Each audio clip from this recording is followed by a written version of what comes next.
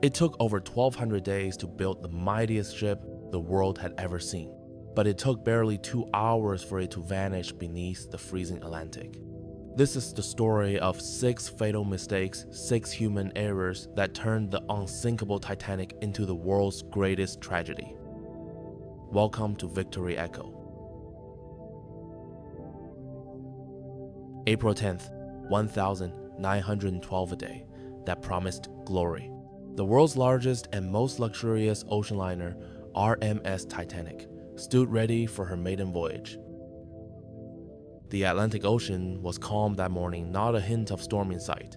1,500 passengers had already boarded, and thousands more gathered along the Southampton docks to witness history being made. But none of them, not the passengers, not the cheering crowds, not even the Titanic's crew, could have imagined that the ship about to sail would soon become the centerpiece of the world's worst maritime disaster.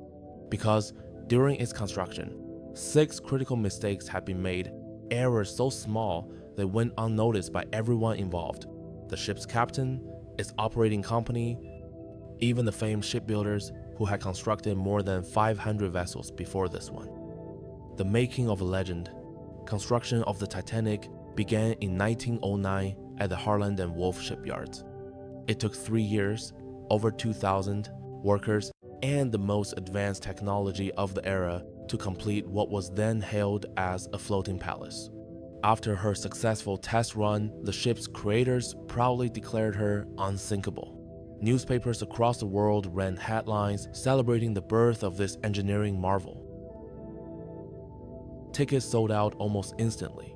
The Titanic's maiden voyage was set to depart from Southampton, England, on April 10th, 1912, bound for New York City.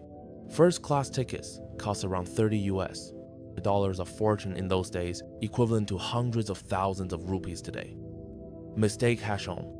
The race against time. At exactly noon, Titanic began her first voyage. But the very first mistake surfaced almost immediately. Captain Edward Smith, a man with 40 years of maritime experience, was under immense pressure from his employers, the White Star Line.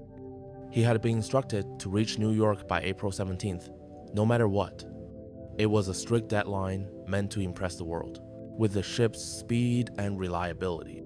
And so, from the very start, Titanic sailed at dangerously high speed through the icy North Atlantic, violating one of the most basic principles of maritime operation: respect the limits of your vessel.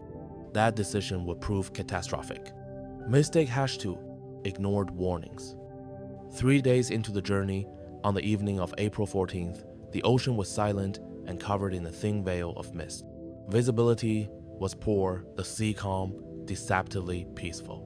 That same night, another ship sailing ahead of Titanic sent multiple warnings over the wireless, at least 6 separate messages alerting that massive icebergs were floating directly along Titanic's path. But the radio operators, distracted and dismissive, treated these warnings as routine messages and failed to pass them on to the captain. It was a deadly oversight. Mistake #3. No binoculars on watch. Despite the missed warnings, the Titanic's lookouts remained vigilant. They scanned the dark horizon for any sign of danger. But there was a critical flaw. The ship's lookouts had no binoculars. Yes, one of the most advanced vessels in history had been sent into iceberg territory without basic observation tools. So, when the iceberg finally came into view, it was already too late. By the time the lookout spotted it, a massive wall of ice the size of a football field loomed just ahead of the bow. Mistake #4. Weak rivets, fatal design. Captain Smith immediately ordered the engines to stop and attempted to turn the ship, but the distance was too short. The iceberg scraped along the starboard side, tearing through the hull like a knife through paper. The Titanic's design should have withstood such an impact if only it had been built as planned.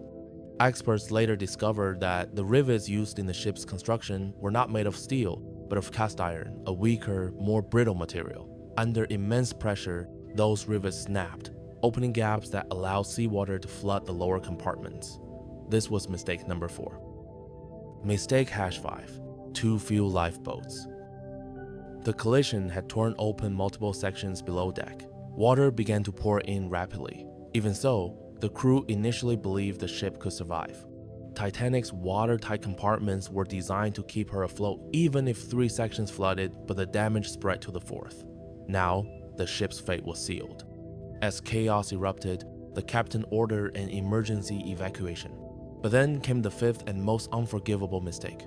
Titanic had space for 32 lifeboats, yet only 20 had been installed. There were over 1,500 souls on board, and lifeboats for barely half of them. Mistake #6, the final panic. At 12:45 a.m., the first lifeboat was lowered into the freezing water, but panic and confusion reigned. Most boats were launched half-empty, filled mainly with first-class passengers, while many others were left behind. If the crew had filled each lifeboat to capacity, hundreds more could have survived. By 2:18 a.m., all lights aboard, Titanic flickered and died. Moments later, the ship broke apart, sinking entirely within 2 hours and 40 minutes. Over 1,500 people perished that night in the sub-zero Atlantic waters, where the temperature was just -2 degrees Celsius. At that temperature, a person could not survive more than 30 minutes. Aftermath. It's believed that even more than 1,500 lives were lost. Many unregistered passengers had boarded without tickets. Among those who survived, most were women and children.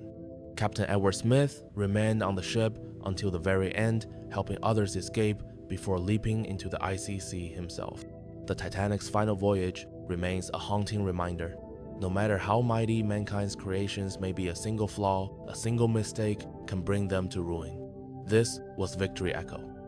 If you found this story compelling, don't forget to like, share, and subscribe for more incredible true stories from